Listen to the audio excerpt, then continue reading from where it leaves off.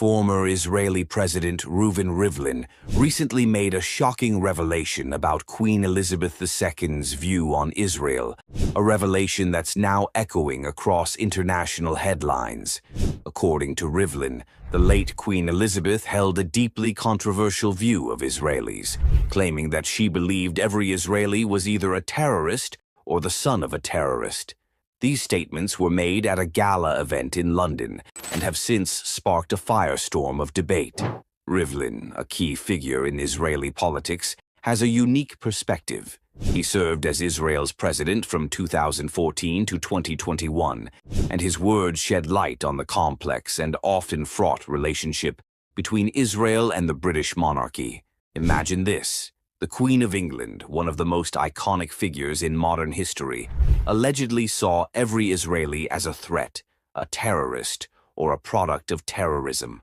How could a world leader who met with countless heads of state across the globe, including some from volatile regions, refuse to welcome Israeli officials to Buckingham Palace?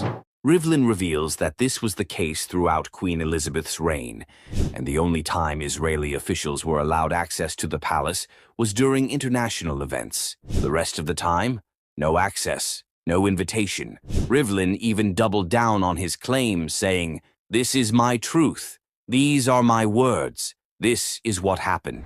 These powerful statements raise more questions than answers.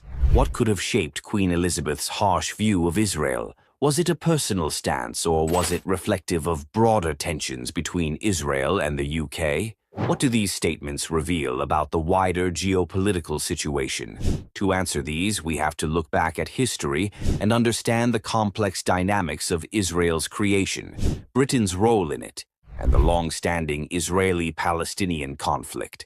In 1948, Israel was founded, and in that moment, an entire region was forever changed. But the establishment of Israel came at an immense cost to the Palestinian people. Families were displaced, villages were destroyed, and Palestinians were forced into exile. The creation of Israel didn't bring peace. It brought decades of conflict, violence, and a struggle for survival for the Palestinian people. Britain, as a colonial power with a long history in the region, played a critical role in the events leading up to the establishment of Israel, and its legacy has been one of tension, criticism, and the question of accountability. Queen Elizabeth, as head of state, had to navigate this complicated relationship with Israel. While she didn't make direct policy decisions, her actions often reflected the prevailing sentiment within the British government.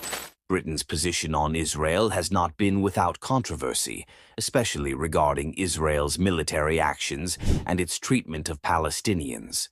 Throughout her reign, the UK was not shy about condemning Israeli policies, but the Queen's personal refusal to engage with Israeli officials was something else entirely.